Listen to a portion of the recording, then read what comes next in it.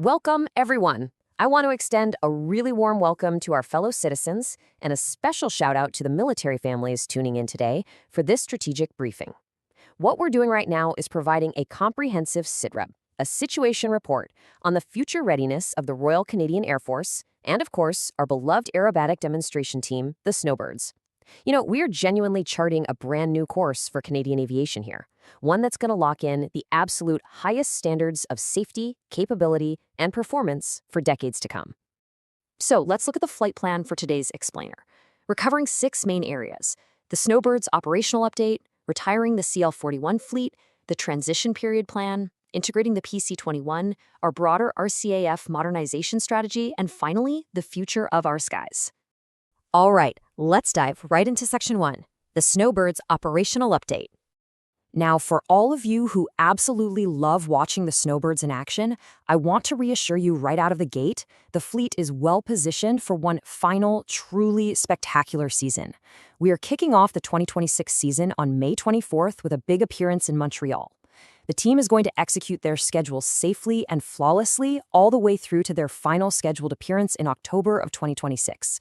Now, it's only after that final show wraps up that a strictly temporary operational hiatus is going to begin. We're finishing this chapter incredibly strong, I promise you that.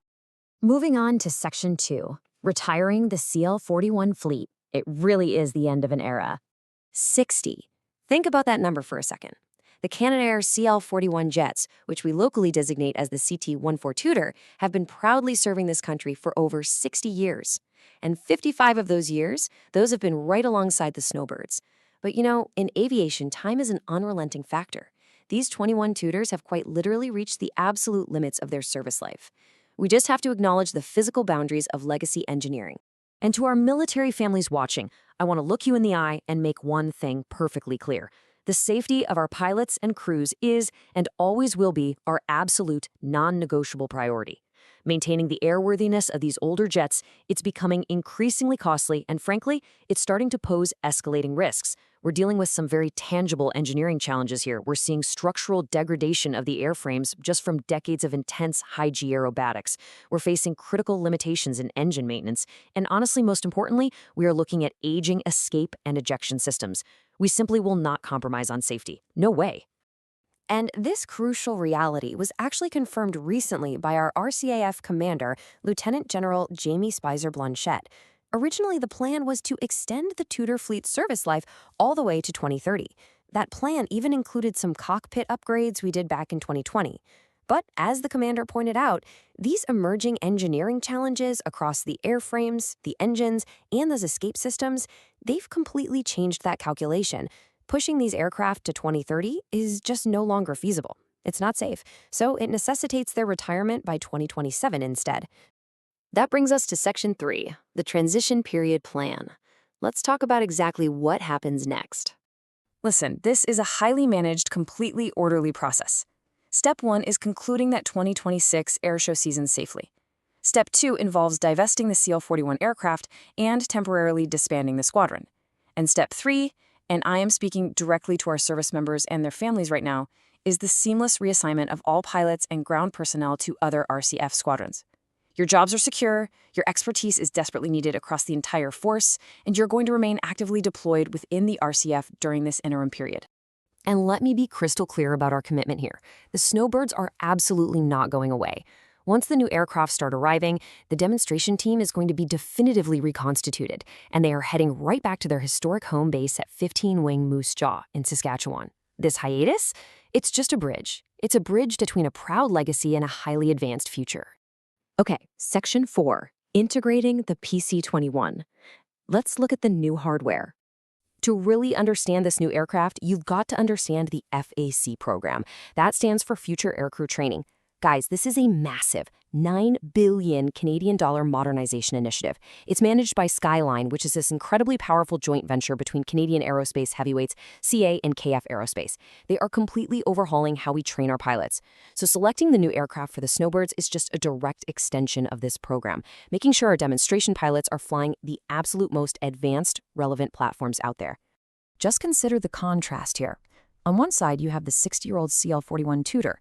It's a legacy jet weighed down by structural fatigue and escalating maintenance costs.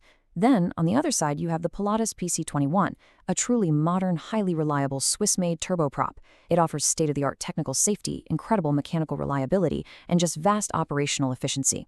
Making the transition to the PC-21 drastically improves our mechanical readiness and, most importantly, it guarantees the long-term safety of the pilots sitting in that cockpit.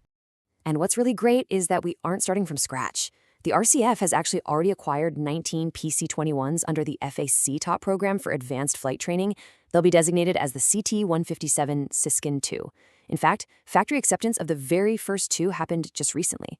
Currently, Defense Minister David Magudi is actively negotiating with Pilatus on the scope and the cost of an additional order that's specifically designed to recapitalize the Snowbirds fleet. Moving into Section 5, our RCAF modernization strategy. You see, the recapitalization of the Snowbirds is just one piece of a much larger, force-wide modernization effort. The Royal Canadian Air Force is building a military that is truly future-ready. We're bringing in new tactical fighters, aerial tankers, advanced maritime patrol jets, state-of-the-art uncrewed surveillance aircraft, new tactical helicopters, and new jet-powered fighter trainers to replace our recently retired BAE Systems Hawks. This whole thing is about building a cohesive, completely modern fleet capable of defending our nation's interests. Once again, Commander Spicer Blanchet really hits the nail on the head here. The RCAF is modernizing at a pace and a scale we honestly haven't seen since the Second World War. We have to move beyond legacy capabilities. We simply must invest in a future force that is fully integrated, exceptionally resilient, and adaptable to whatever the future demands of us. The safety and security of Canada literally depend on this transition. The old has to give way to the new, so our operational readiness remains absolute. Finally, Section 6, the future of our skies. I really want to leave you all with this one thought.